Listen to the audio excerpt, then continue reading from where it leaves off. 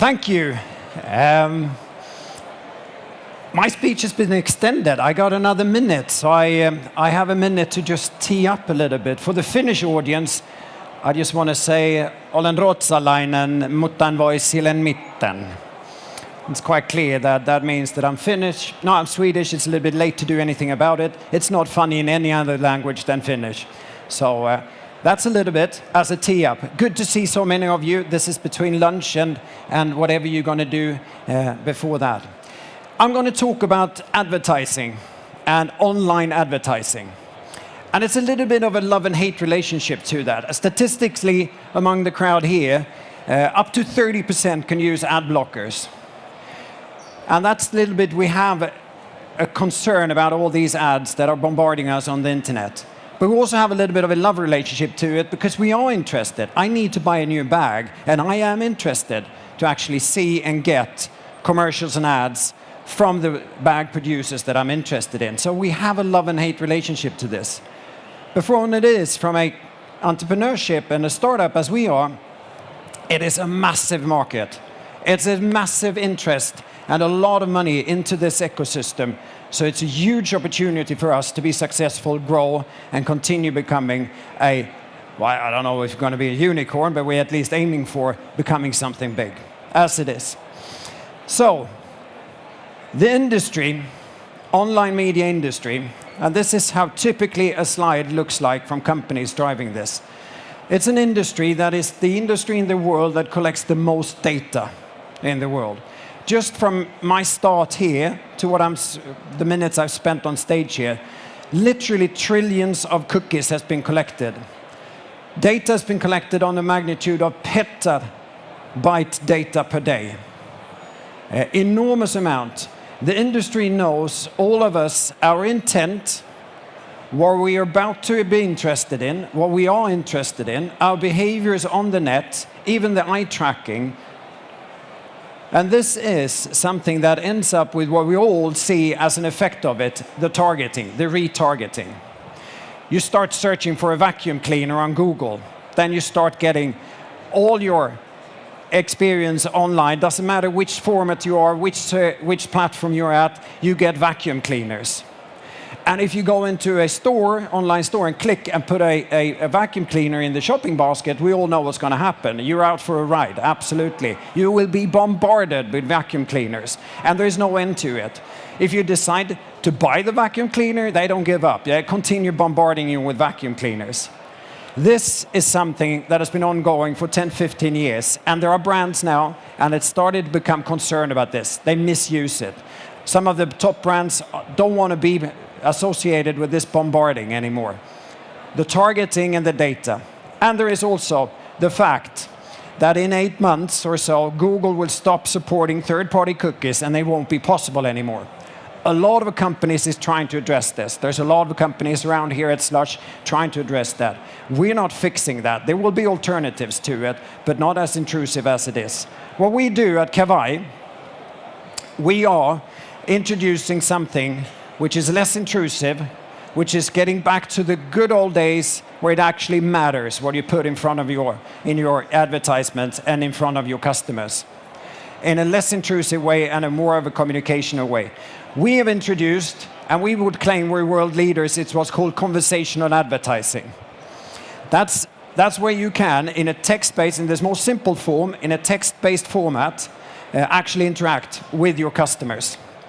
Be able to, as you can see on the screen, be able to attract and have in the text-based formats that we're also used to.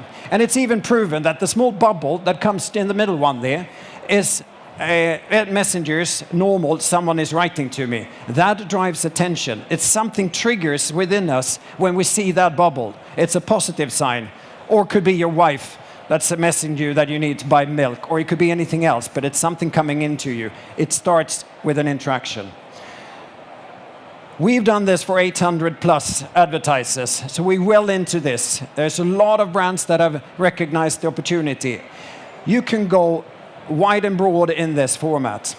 You can do browsing menus, you can ask more in-depth questions, you can interact, you can buy tickets within the banner, you could do buy products within the banner without leaving the site that you're in. You're having what's called, and I don't know how many brand advertisers out there, but what everyone is looking for is the one-to-one conversation with their customers. That's what all brands want to do. They want to have a one-to-one conversation with us. We're not really open for it if it's just pushed upon us. But if we do, like we do in the real world, if you want more information, ask questions, then you actually get information. For those of you with teenage daughters, that's not really applicable. You can ask as many questions you want to. They still don't answer. Anyway, that was a sidetrack. So, it's not just that we are inventing this format for fun of it. It addresses a fact of a number of challenges in the industry. Privacy, GDPR is there. There is a lack of, and there is more focus on that privacy on the net is something that needs to be adhered to. Our format is non-intrusive and we don't gather any personal information in our systems. We have an effectiveness through creativity. The system and the easiness of building attractive and creative advertising is enormous in our system. And we're also sustainable. That's a separate thing, but if you're interested in 1% of all emission in the world is claimed to be online advertising.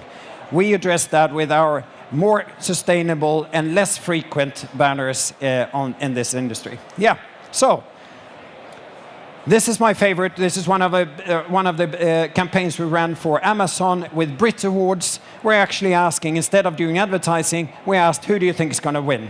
It ended up with an enormous effect, 9 times more effective than any other campaign they've done. And they got also the insights of who's going to win. They knew from before.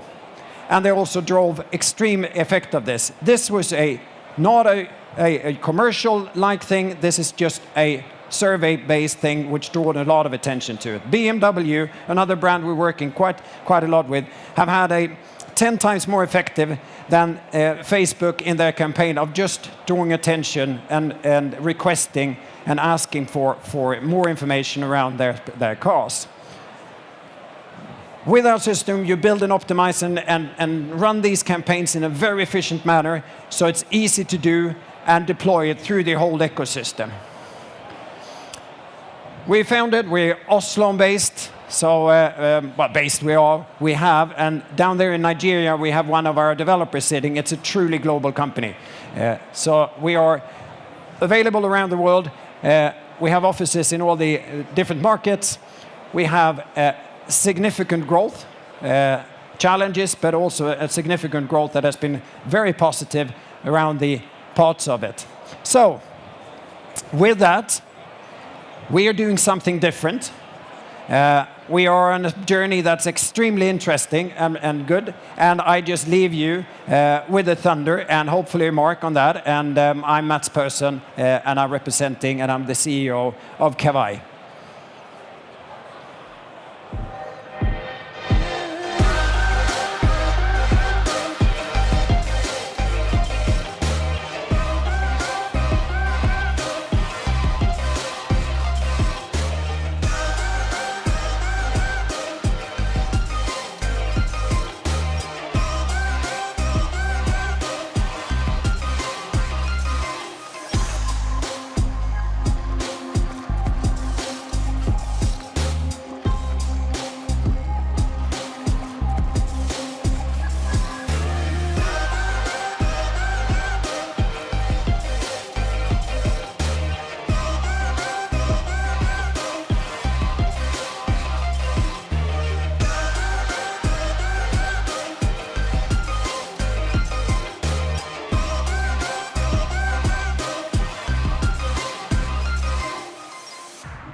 Thank you.